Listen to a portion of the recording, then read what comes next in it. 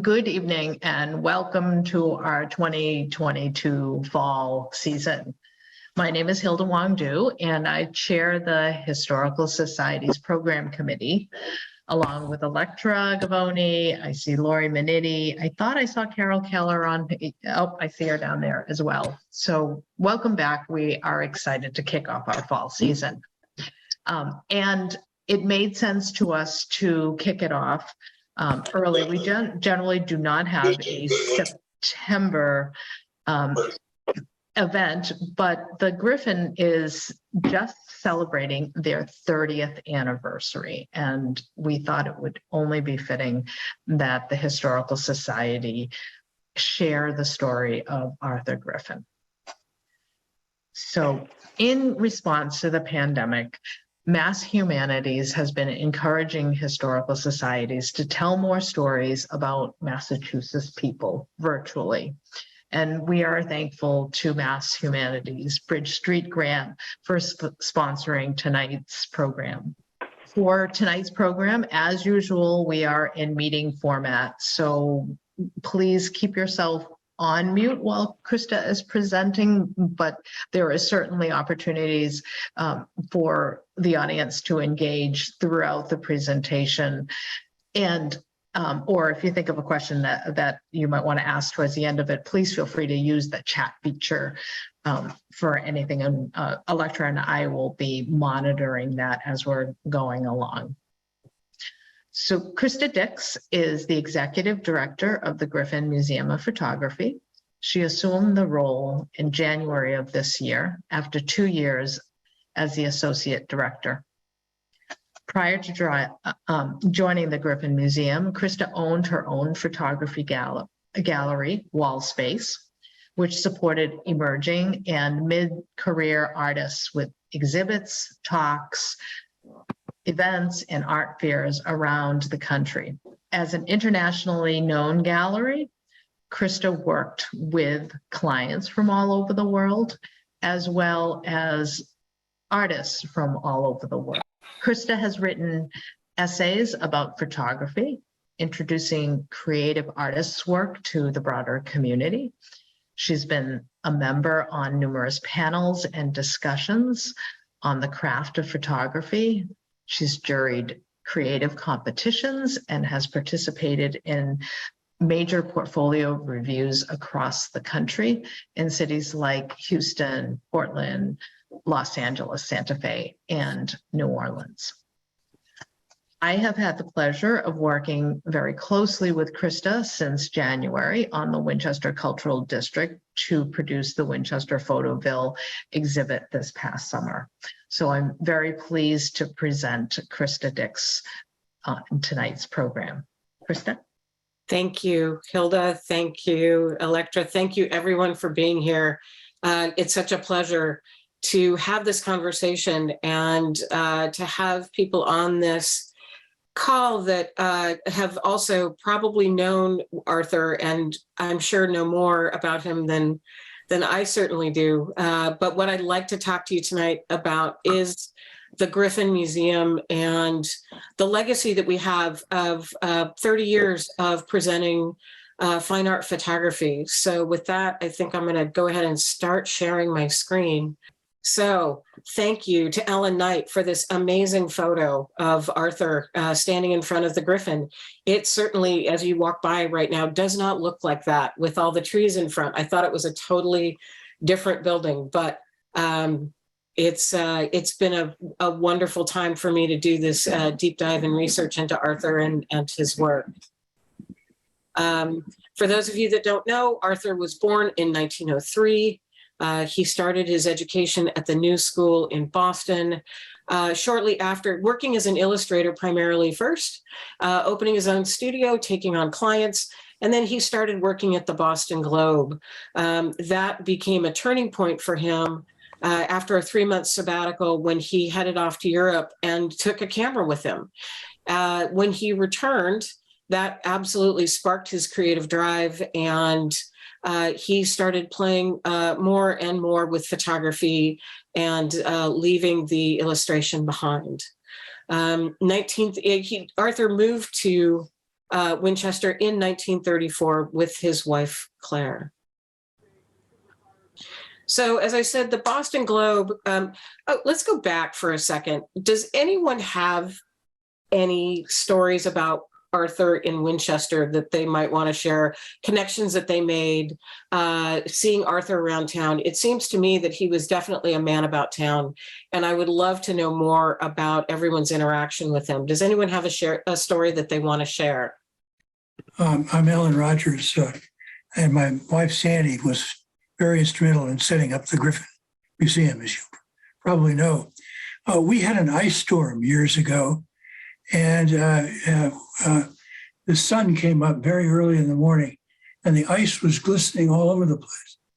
And we looked out the window, and here was this man out in our road with his camera taking pictures of the ice formations.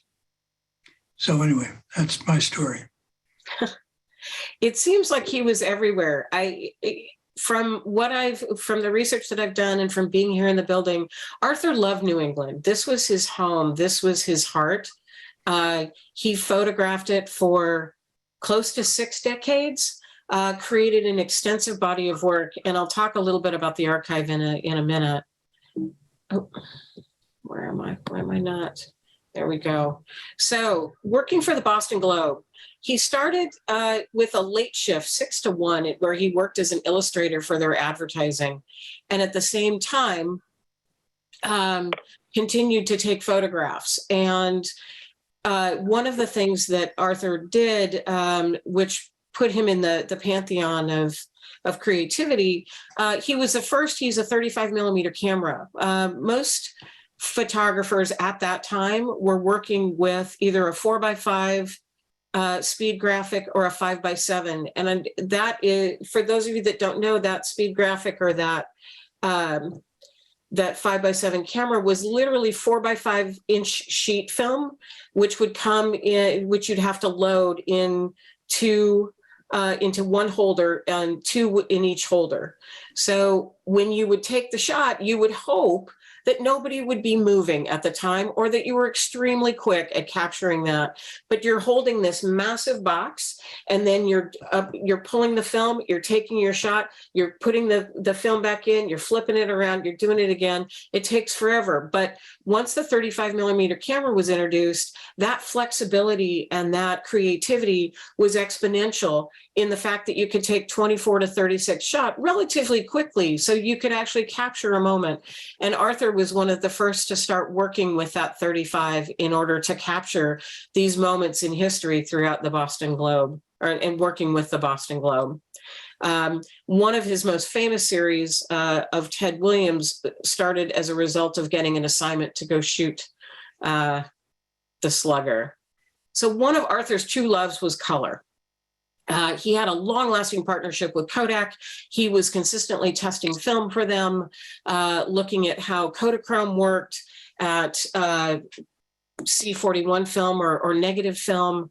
One of his quotes, which I just love, is, "I know New England like a book, all of its back roads and all of its inlets and the islands along the coast." I really do believe that Arthur, if I'm reading correctly, covered thousands and thousands of miles. Hey, Lee, how often were you in a car with him when he traveled? Many hours. It was very interesting. And as a model for him, how long did you work as a model for him? Well, that was on and off over the years, depending where we were, if we were in Europe or this place or that place. And was that for his advertising work, or was that for everything that he did? Well, oh no, this was just for special things, yeah. And then sometimes he'd take photographs of me and my mom in the background of a photograph or so, yeah. But that was only like when I was still back here in Winchester in grade school and high school.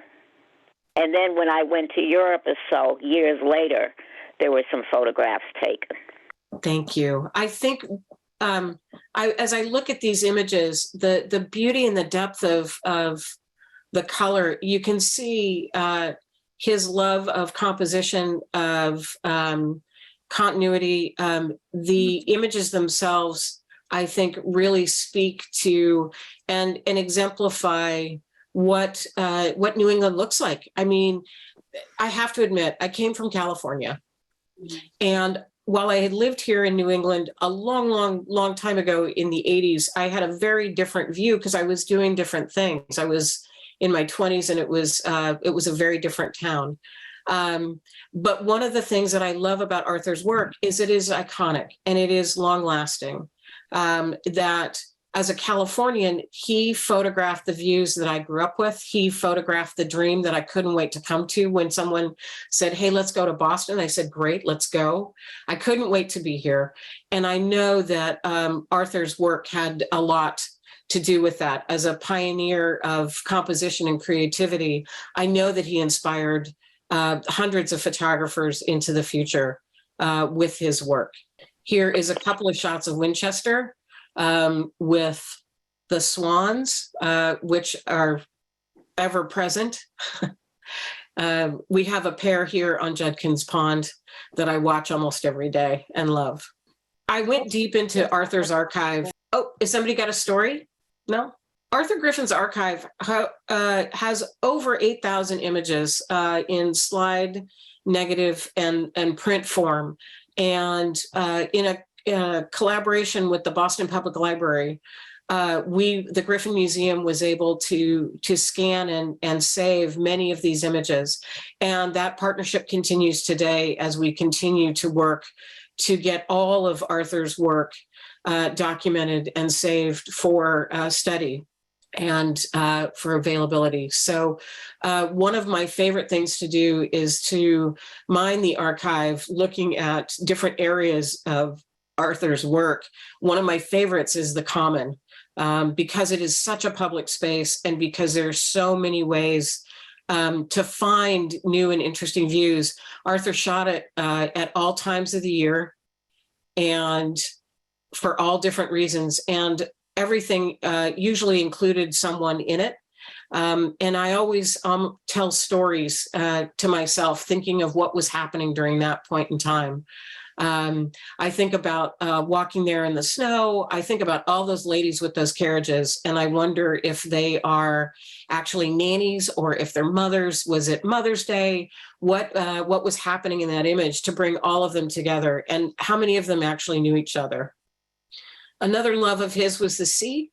I have found thousands of photographs of boats and connection to the harbors and inlets that he transited. And then general New England images. And you'll see a lot of these. I did stick with many of the portrait pieces as opposed to the landscapes. But what I find really interesting about Arthur's work is his connection to people and how he captured them and how he captured that moment of joy or of excitement to be in that space at that time. So another picture of Winchester, and then the picture with the kids is out in Jamaica Plain, I believe. I found these the other day while going through the archive, the tank races, and the tank races happened in Winchester. Does anyone know anything about them? Because I'm now fascinated. They clearly had to have happened in the 40s, but what were they and what were they doing and what was the race? Was it like a derby race? I'm not sure. Does anyone know? I don't know. I know somewhere in my writings. I can look it up for you. It just seems like, I don't know if it was an annual event or if it was a one-of-a-kind thing, but I found like 10 images from this tank race, and I just thought it was the greatest thing ever. It was just something that it looks kind of flat, so I don't know that they got up a lot of speed, but you just never know. And then here's more images of people by the sea. This image in the bottom right is one of my favorites. There's something magic about that. Arthur had a way with composition by putting people in shadow and then exposing the landscape that surrounds them. And that is a technique that is currently often used, but I think he was one of the pioneers of that and really captured his surroundings in that way. More people. Again, the joy that Arthur captured was something that I find infectious in all of this work. And then we get to baseball. How many of you are baseball fans? Yep, me too. I was very excited to come back to Boston. The Red Sox are my team, but arriving for my job on March 1st of 2020 to work as the associate director didn't really help me get to a ball game any faster, even though I really wanted to. The pandemic kind of quashed that, but Fenway is a love of mine, and it was a love of Arthur's as well. He captured lots of moments at the park, as well as a young ball player named Ted Williams. Ted Williams has become, I believe, one of his most famous series known throughout the world. His pictures are widely collected. This was a day that Arthur was dispatched by the Boston Globe to go photograph a young player named Ted Williams, and they began a lifelong relationship. And he continued to photograph Ted throughout his career. Does anyone have Ted Williams stories? I talked to a few people that have a connection to Ted somehow. I have an interesting comment to make on this. Okay.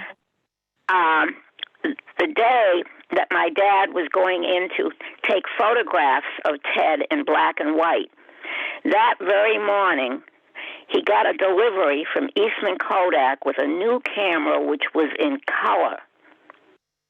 So after he took the photographs of Ted in black and white, he asked Ted if he had a few moments because he'd like to try out this new camera that would be in color.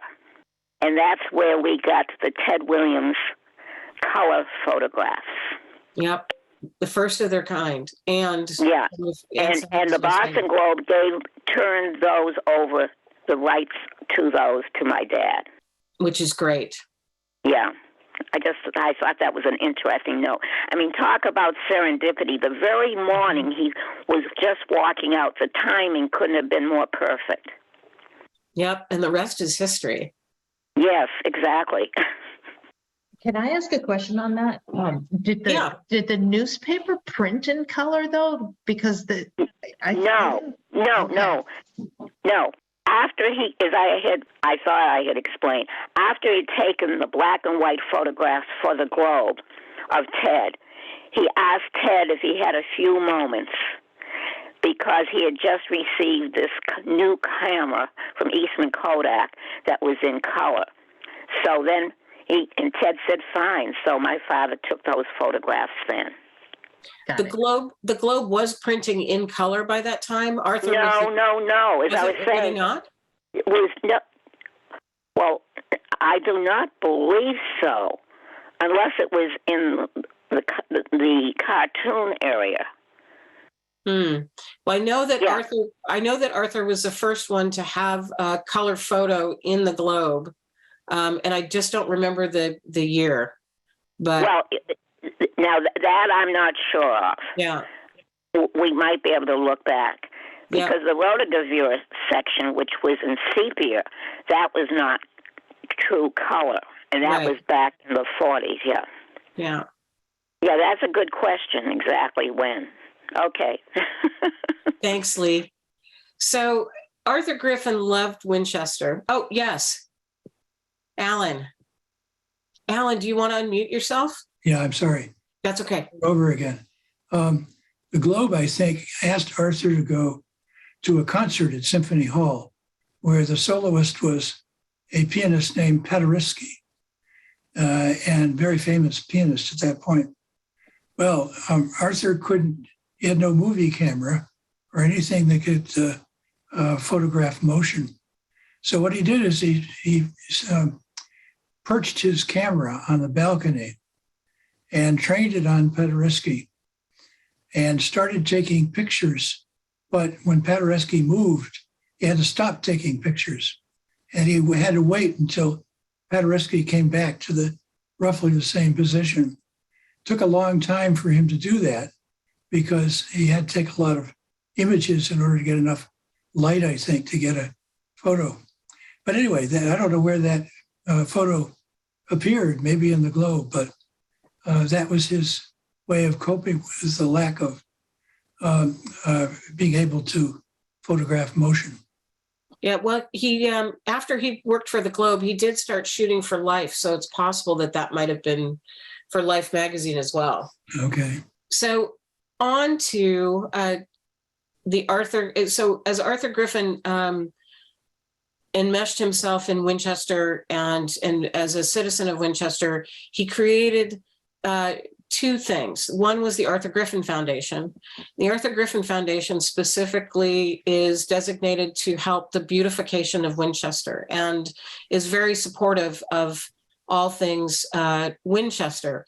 It's different, though, than our next thing, which is the Arthur Griffin Center for Photography, which was the building started in 91, I believe, and opened in 92. And thanks to Ellen Knight and the Cultural Society that she loaned us these images, and I'm grateful to her for those.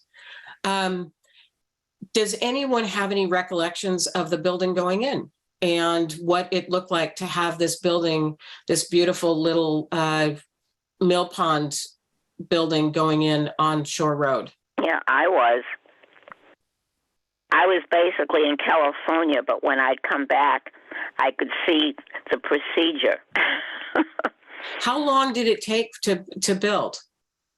Oh, geez. Now I'm trying to think. Oh, boy. I would say a couple of years.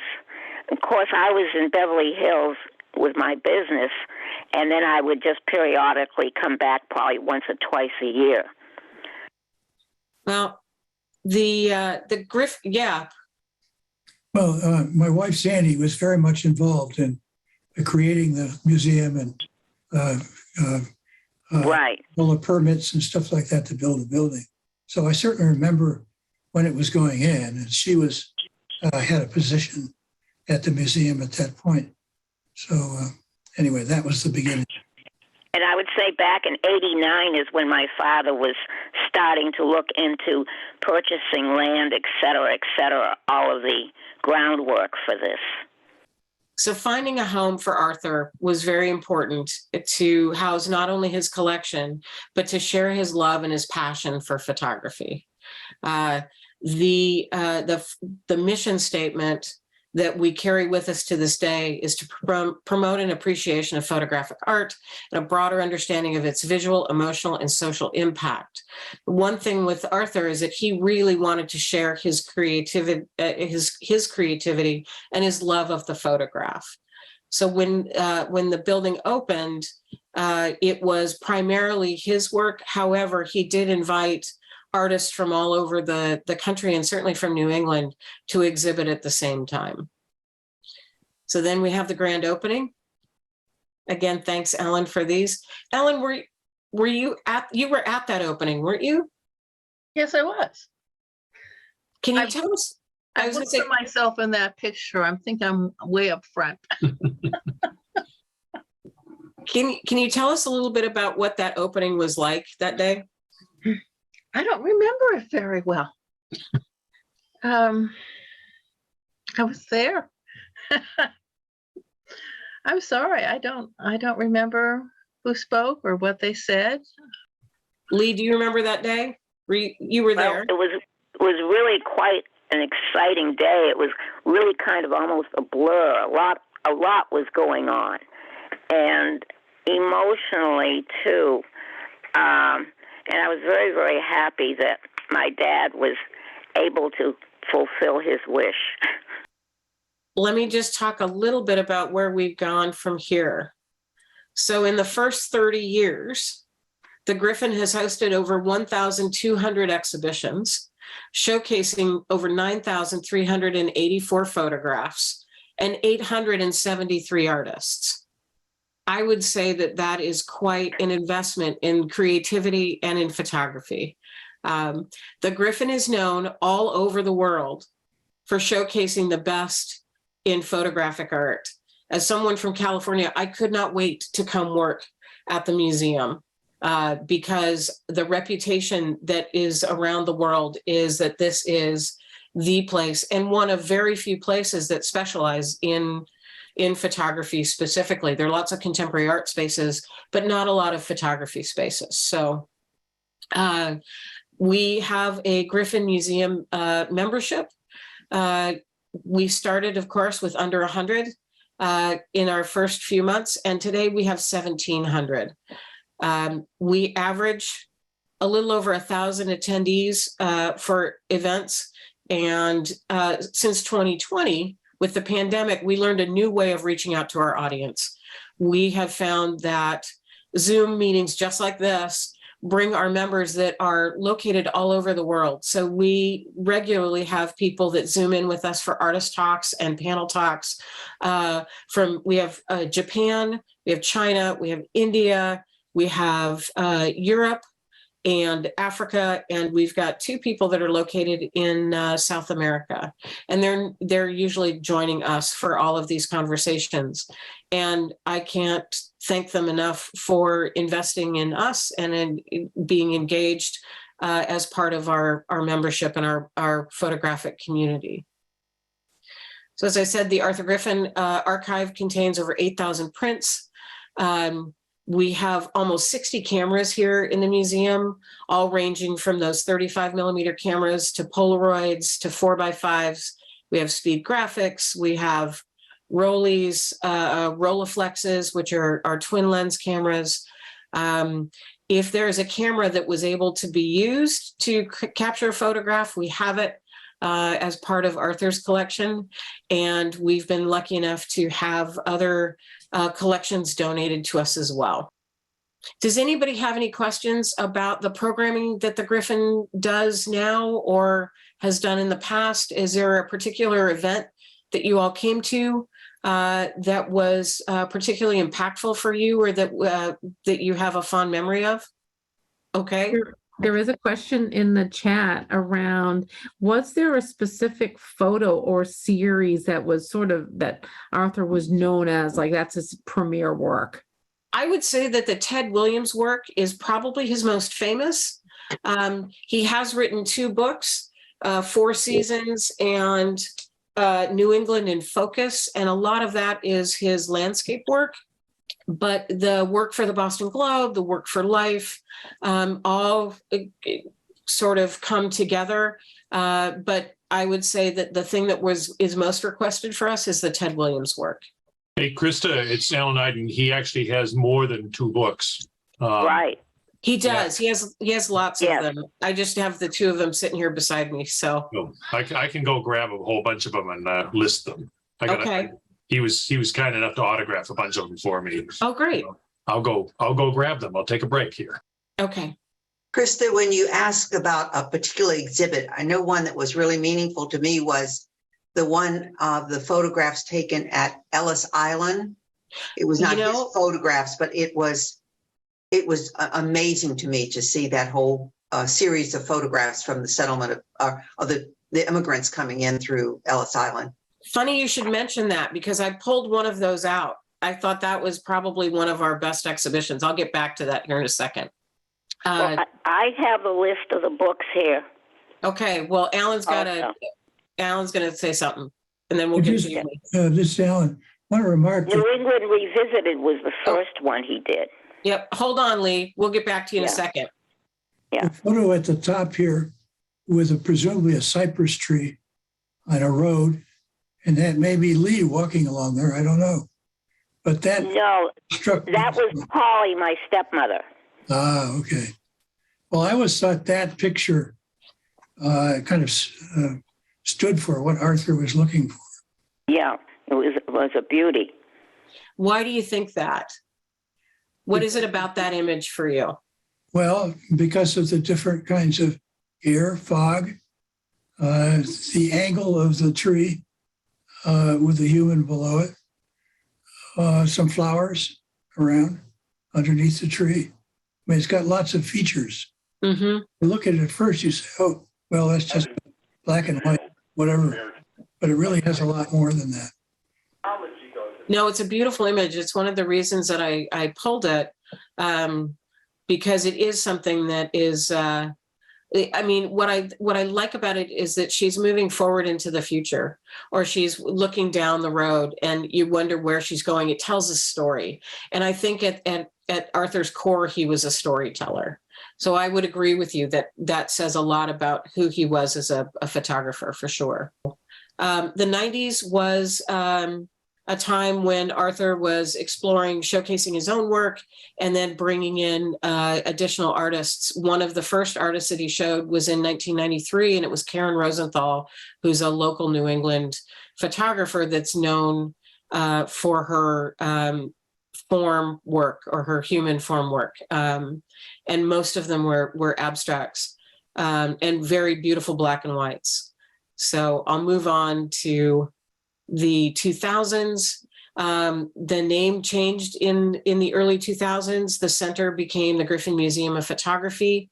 The mission remained the same, but now we were investing in larger artists and focusing more on creativity from all different corners of the globe. So the two images that I pulled here are from two major photographers that have gone on for the past few decades to showcase all over the world. One of them is Sebastião Salgado, which is the black and white there. And then Martin Scholler is known for his very vibrant portraiture. And I think that both of those speak to the mission of exploring new cultures and new worlds, as well as looking at who we are as a community and as a people. We move on to the 2010s, and the mission changed in some ways. Not only were we highlighting the best in photography, but our previous executive director, Paula Tognarelli, was invested in finding new talent, finding artists that were saying new and unique things. One of those people is Rania Matar, who's gone on to have a significant career. She was just given the Arthur Newman Prize for New Directions in Portraiture, which will actually be showing next month. One of the exhibitions that we did was looking at civil rights, and this image in the center is from Ernst Withers about the civil rights era. And then back to Stephen Wilkes and that unbelievable series of work from Ellis Island. I heard a story from Stephen that he only had a few days to shoot before that all was torn apart. So he ran around like a madman shooting for 12 to 14 hours at a time to get all of the images that he was looking for. I've always found that to be one of his best series. What did you think of the exhibition? Was that Ellen that was mentioning that, or? I was enjoying it, I think, because of my involvement at the hospital, and we were talking a lot about immigrants and the status and the health care they can receive. I mean, we used it at a broader level than that, but I think it really impacted me when I saw that. Yeah, they're beautiful.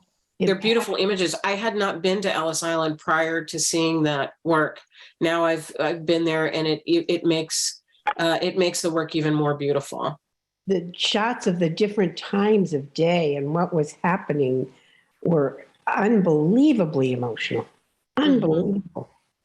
The one thing that we try to focus on here at the museum is talking about different cultures, talking about different ideas, exploring photographically how we can connect to one another and participate in being human with each other. And our goal, of course, is to educate, not only using a photograph and teaching about photography, but how photography can impact all of us. So the 2020s is— Krista, there's a comment that it goes right off of your comment there around education. And it is out there on the chat, and it says, as a trustee of the Arthur Griffin Foundation, they are also ensuring Arthur's legacy for future generations by offering scholarships for the Winchester High School grads who plan on continuing with photography and or the graphic arts. So can you speak a little bit about that as well? Because I think that certainly photosynthesis is also something that the Griffin Foundation supports.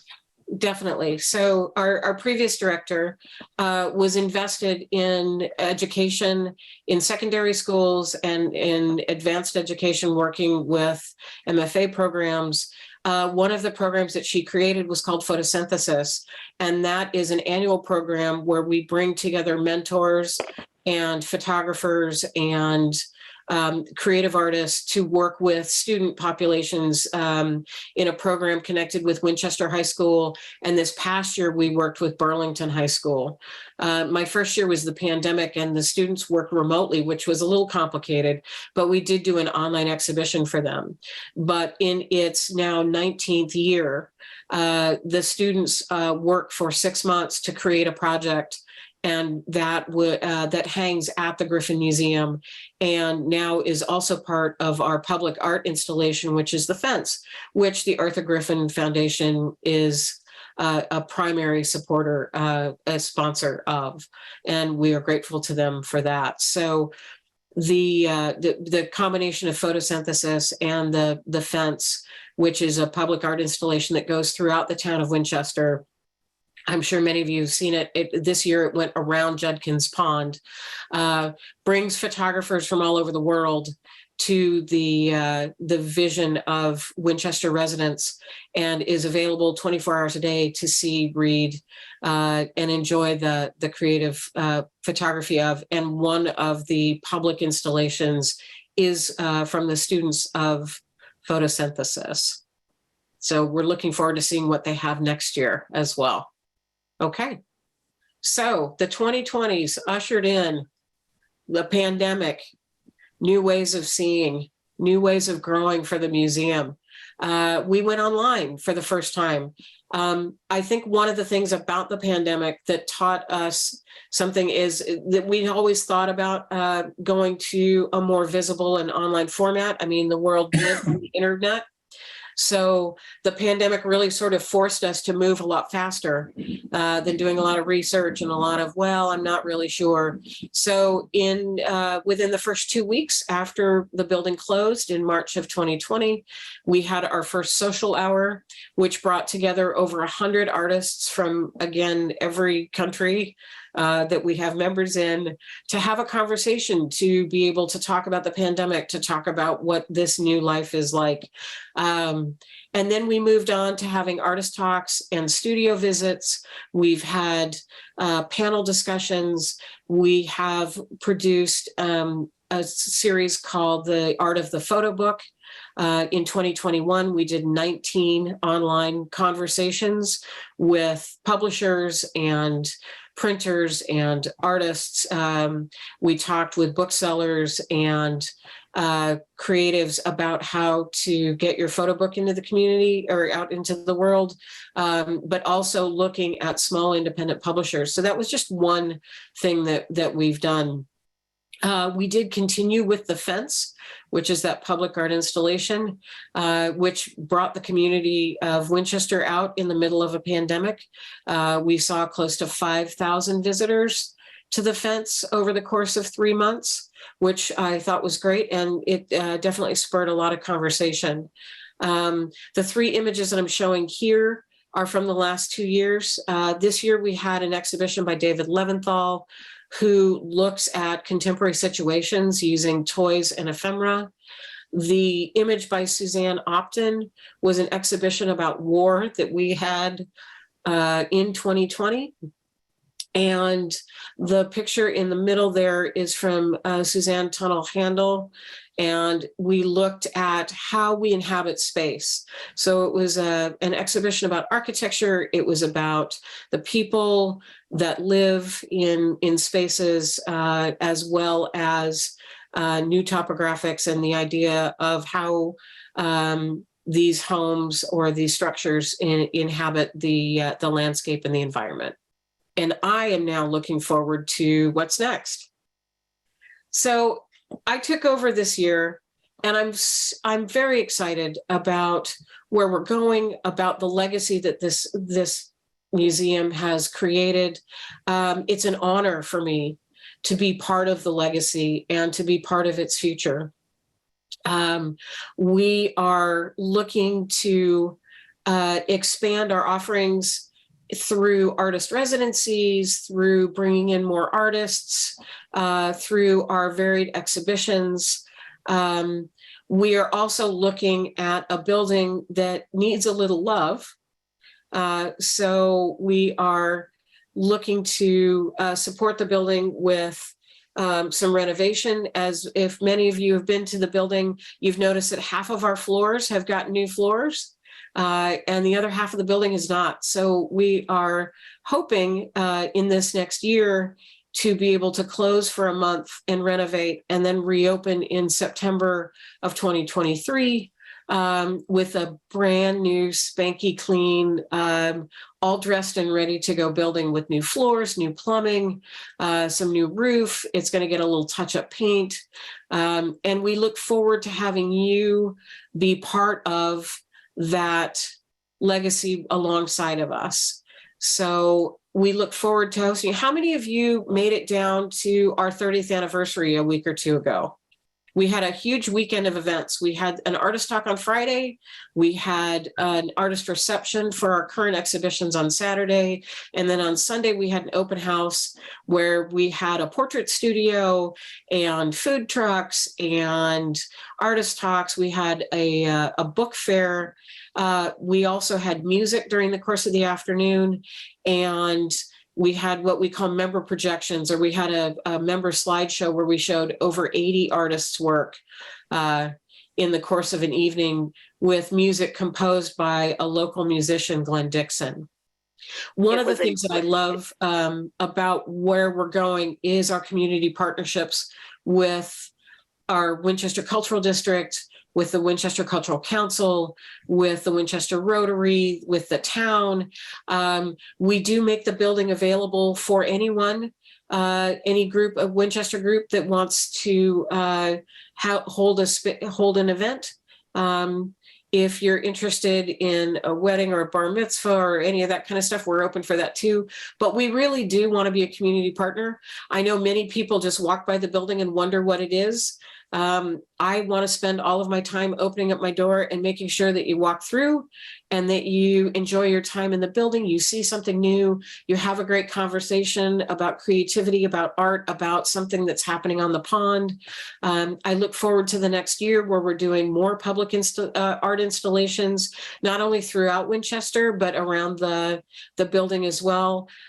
We've got new exhibitions coming, and I'm just very excited for our future. And I'm so thrilled that you spent your evening with me as I fumble through all of this. And I'm looking forward to seeing you more as we move forward. So our campaign is called Picturing the Future, Honoring the Past. What I'm also looking for is stories. And as we move forward, I want to be able to post stories about Arthur, about the Griffin, about your memories, and what continues to bring you back to the Griffin, so that future generations can have that story and then make their own. So I hope you'll join us soon. And I will end with, what is your story?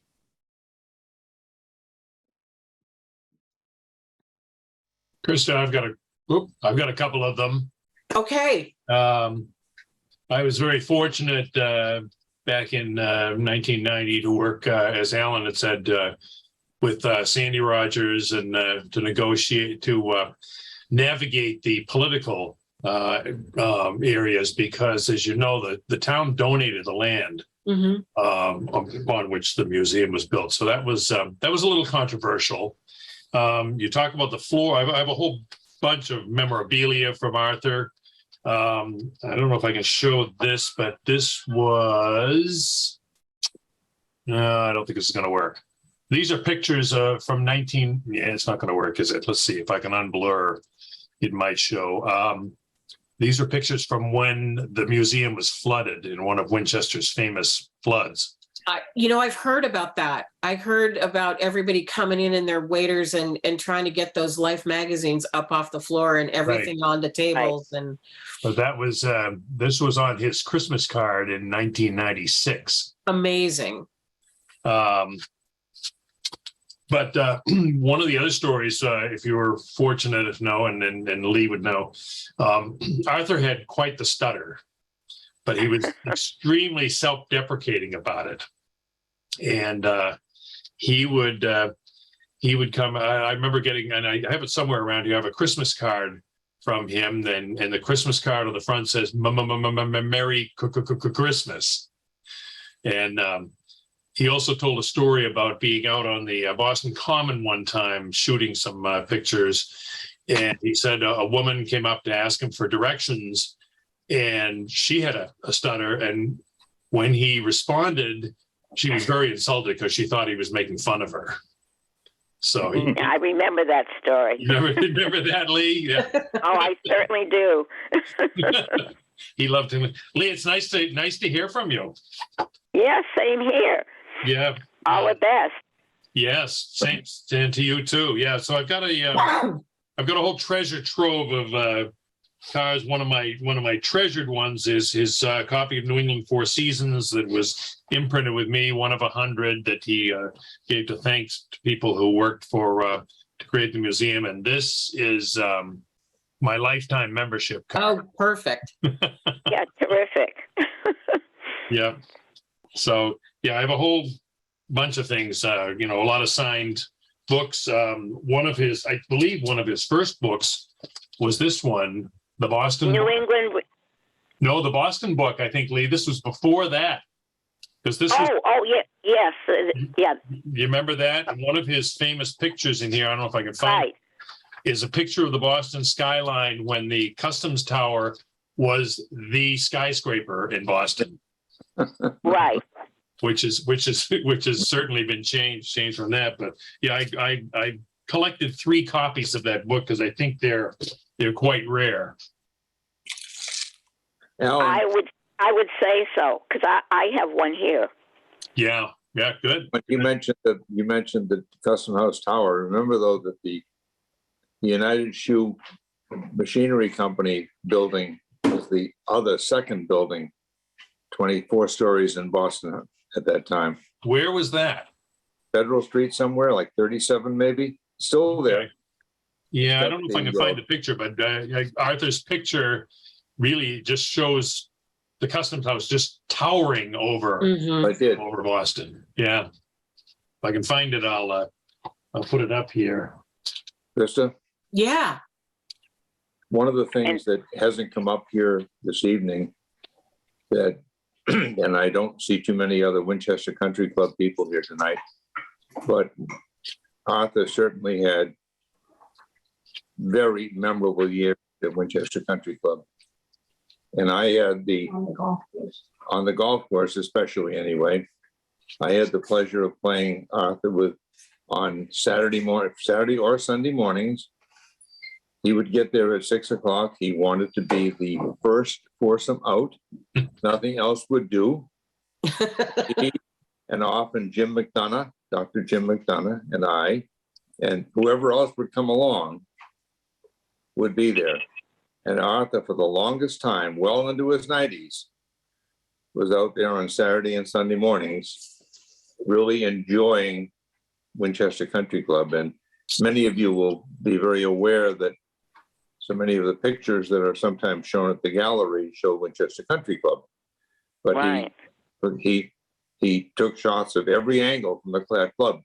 I don't think I ever remember seeing a picture of the clubhouse itself, but nature around the club and occasionally pictures of people. But that I'll was, take a look for that. it was so very nice. And I have that memory and have had it from, quite a few years. And I remember very similar to the short story that you told, Alan, about the invitation for the holiday party.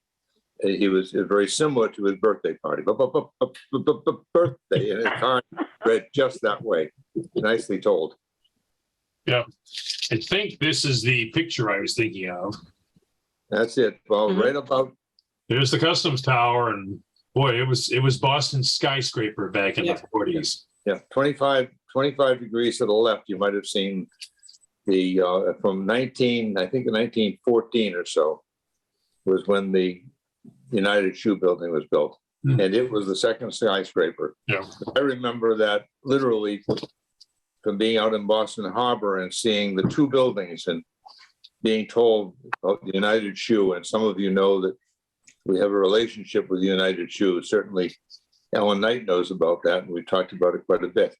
And remember that, Ellen. And Ellen, by the way, talked me into writing the book that I wrote quite a few years ago, but strictly as a result of Ellen's guidance. Thanks, everybody. So one of the projects that I'm really excited about is last year we had a curatorial intern that came to us, and as part of their curatorial internship, we asked them to design an exhibition. And she came back to us, and normally we expect that they're going to pick some contemporary artist or artists of the day that are, you know, big, flashy MTV kind of things, because they're 20-year-olds. So that's kind of what I grow to expect at this point, is a lot of big flash. But she came back and she said, you know what, I want to do a piece on Arthur Griffin. And she created a 5-part series called Illuminating the Archive, which has become probably our most visited part of our website right now, which gave us the idea. So she looked at various parts of Arthur's creativity, and it gave us the idea to connect contemporary artists that have worked with us before, or artists that we're interested in mining that archive. So as we head into the fall and into next year, we will have each month a new conversation between a contemporary artist and who they think, what they think of Arthur's work, and they're mining that archive. So there'll be 6 to 10 images and an online series of these artists that are coming up and looking at Arthur's work and seeing how it fits into a contemporary context. And I'm very excited about that. So we are looking forward to seeing much more of Arthur's work get out into the photographic universe soon. Krista, I noticed that you told all about the museum itself, but I'm aware that there have been exhibits of Arthur's and other photographers' works in Winchester and in other places. And you might mention what that's about. Meaning the satellite spaces, or? Exactly. That's what I mean. Mm-hmm. So I'm not sure how long ago, when I arrived, we had 5 satellite exhibition spaces. That the Griffin had locations in 2 locations in downtown Boston. There was somewhere in Belmont. We had a gallery in Stoneham, and we also have one here in Winchester. And with the pandemic, we closed down a number of spaces and we kept 2 satellite locations. So the first one is in downtown Crossing at Lafayette City Center Place. That is an exhibition space. It's a public space that we showcase members' work. Normally there's about 60 images in that hallway. And then we also have the Griffin at WinCam. So we partner with WinCam to showcase a local artist's work, and then produce a television program called Optics. Okay. And it's a 30-minute program where I will interview the artist about the work that they're showcasing, and any contemporary conversations that are associated with it. In fact, the next one that's coming up, we're installing on Thursday, and the artist is Lynn Sweat Miller, who is a local New England-based artist, but she's looking at compost in a very interesting way. So there'll be photographs of compost, and that Optics conversation will be about best practices for composting, the beauty of composting, and how to find beauty in decay. And I'm actually really looking forward to that conversation. Krista, is that going to be at WinCam? That will be at, yeah, so that series will be at WinCam, and then the Optics we have to film, and then they'll put that out. And I'm not sure when that goes live on WinCam's site. Well, the perfect timing is that WinCam, put a plug in for WinCam right now, is having an open house a week from Thursday. So it'll be nice to have that exhibit up there. But yep. Anybody who wants to come by 4 to 7 on the 29th is going to be an open house at WinCam, and be nice to see that exhibition too. Yep. Krista, there's a couple questions in the chat. I saw that. They're coming from Joe Gavoni. Joe, you want to fire them off? You want to just ask them, Joe, or do you want me to respond to them? I'll ask them. How's that? Does the Griffin Museum, oh, go ahead. Oh, I'm happy to ask them. I'm All right. sorry. I Go was a for it. little late in there. So my understanding is Arthur did a lot of photographs of presidents like Eisenhower and Hoover. Did some photographs of Churchill. Would we find them there? In the Griffin? They do exist, yeah. And we so we're in between working on the archive in two different locations. So there was a previous partnership with the Boston Public Library and the Digital Commonwealth. And many of the images are in a Arthur Griffin archive on that Digital Commonwealth. And you can search by name, you can search by idea, you can search by tree or landscape or, Hoover. And then you can pull that information up from there. But we are in the process of recataloging and connecting it all back to the Griffin Museum website so that we'll be a resource for all of those images. So right now, we've probably got 1,000 images on the site. So we're gonna wait until we have a majority of all of that documentation back and then be able to put that on the site. And then we're gonna use some of that to create online exhibitions for Arthur based on a topic, as well as having his work here in the museum. Wonderful. That's fabulous. So listen, so when I was a young man, I'm pretty sure my dad had an actual copy of the Boston Globe, and I believe it depicted Ted Williams with Joe DiMaggio. Am I making that up, or could that be a reality, or does anyone know? I think there's a photograph of the two of them. Well, I know, I apologize. I know there's photographs of the two of them. I'm just wondering if Arthur was responsible for it. I'm going to say I don't know that one. Okay. No worries. But anyway, quite an impactful photograph. That sounds more like something the Boston Globe would initiate. Okay. But that's just a thought. I was going to say the copyright law, it is possible that the Boston Globe owns a chunk of Arthur's work as well, because it was specifically created for the Globe. He may have the intellectual copyright, but he doesn't have the ownership of the image. I see. Interesting. So I did another follow-up to that is, was Arthur classically trained? Did he go to a school of photography, or did he go from illustrations right through to photography? It was basically for the arts, for painting and illustration. Oh, I see. And he just became a fan of photography. Yeah, my understanding is he went on a 3-month sabbatical from the Globe over to Europe and carried his camera with him and realized the portability and the creativity that the camera afforded him in a way that illustration didn't. But he came back and he continued to work as an illustrator to pay his bills and continued to play with photography until he could make the change. Wonderful. Thank you, guys. So just two more things. I just wanted to make a comment about Photoville and the photo fence and whether or not we'll see it again in 2023. Oh, we will. We will. Excellent. Yeah, we're going to start planning now. I have a huge fondness for that, and I know that I get a kick every time I visit the Griffin in June. You still see all the kids from the high school. And apparently Shore Road must be a shortcut for those kids, but I see them looking at it and admiring it. And I think it's wonderful that they're exposed to that. Yep. I love all the help that the young people at the high school give to the arts and to photography. So I think that's fabulous. So the celebration was wonderful. I want to give everybody kudos for that. We had a lot of fun. Electra's asking if we can't wait to see what was it again, honey? The tin type. Yeah. Yeah. So, apparently I have a face for it. About Arthur, and then I'll leave you folks, and I apologize. The Saturday Evening Post, did he ever work for them or do any work with them, or am I imagining as well? It's not on my radar, but maybe if someone else knows more about that. I just know that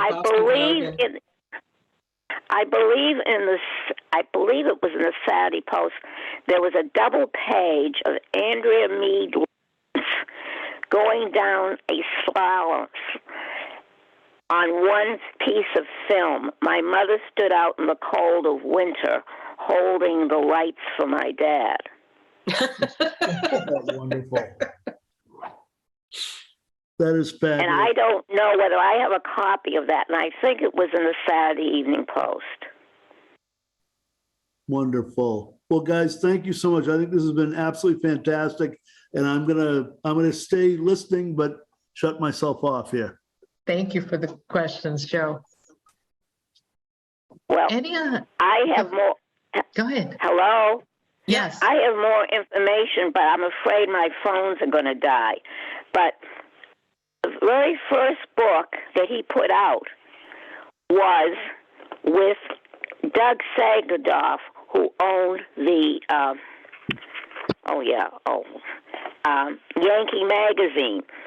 And he and my dad were going to put this out, and it was consisting of essays by 47 famous New England writers, and 60 photographs that my dad took. And then Doug turned over the rights to my dad. So then my dad looked for a person who could do books, and he went out to, and I forgot the name, but it was a college for bookbinding. And he put out the of New England in 1962. Then the second book he did was New England Revisited, and it was, let's see, then the description chosen and edited by David McCord, who was a very well-known poet. And this book I put together for my dad to help him to design it, etc., with his photographs, etc. Then his third book, New England in Focus, the Arthur Griffin story, introduction by John Updike. And this is that has a combination of all the most famous or important photographs that he took during his life. And that it shows the day of the inauguration of the museum, et cetera, et cetera. Yep. And my dad and John Updike were good buddies, and they used to golf together. So I think that kind of wraps that up. Thanks, Lee. Okay. Well, my phone, I was really tearing my hair out because I'm looking for my third phone, which I can't find. And if I'm shut off, I can find that, and I don't know where the heck that went. That's all right. I think we're wrapping up now anyway. Krista, you did a fabulous job. Absolutely. Oh, thanks, Lee. Excellent. Yes. You take care. I appreciate it. Okay. Yeah, that was wonderful, Krista. Thank you so much. Thank you all It so was much for your fantastic. stories and for sharing your time with me tonight. I've had a wonderful time, and I'm so grateful to all of you. Thank you. And I look forward to seeing you at the museum. Good night, Thank all. you. Please come by and say hello. Right. Thank you Yeah. very much. Thank you, Krista, for a lovely discussion. I loved all of the stories. I love the interactive. Alan, I think you have a gigantic collection, not only of Griffin, but of other things. I know you're always talking about your the other collections, so we'll have to talk more on that. So thank you. Also, I wanted to do a quick, I think Electra's going to pull them up. We have an exciting fall series. So the next event is October 12th. It will be a hybrid. It will be physically at the library, and it will also be via Zoom. So if you're comfortable coming in person, please join us there. Born in Cambridge, Stories of Innovators with Karen Weintraub and Michael Kuchta. We also have Carol Crossett from the Susan B. Anthony birthplace home, who is going to be coming and sharing stories about the suffrage ever via postcards. So she has a really large collection of her own personal collection of postcards of the suffrage movement, and she will be sharing that also via Zoom. And then our final presentation for the season will be The Great Wall of Winchester by Peter Engeldrum. That will also be hybrid. It will be at the Jenks and please, it's also our members meeting. So if you're able to join, there'll be a lot more space for our members to be able to join. But it is a film on the raised train station here in Winchester Center, which is certainly under construction right now, as we all know that, but it'll be nice to hear a little bit of story of how that actually came to be. So thank you everybody for joining us tonight, and I look forward to seeing you again at a future event. Have a great evening. Thank you.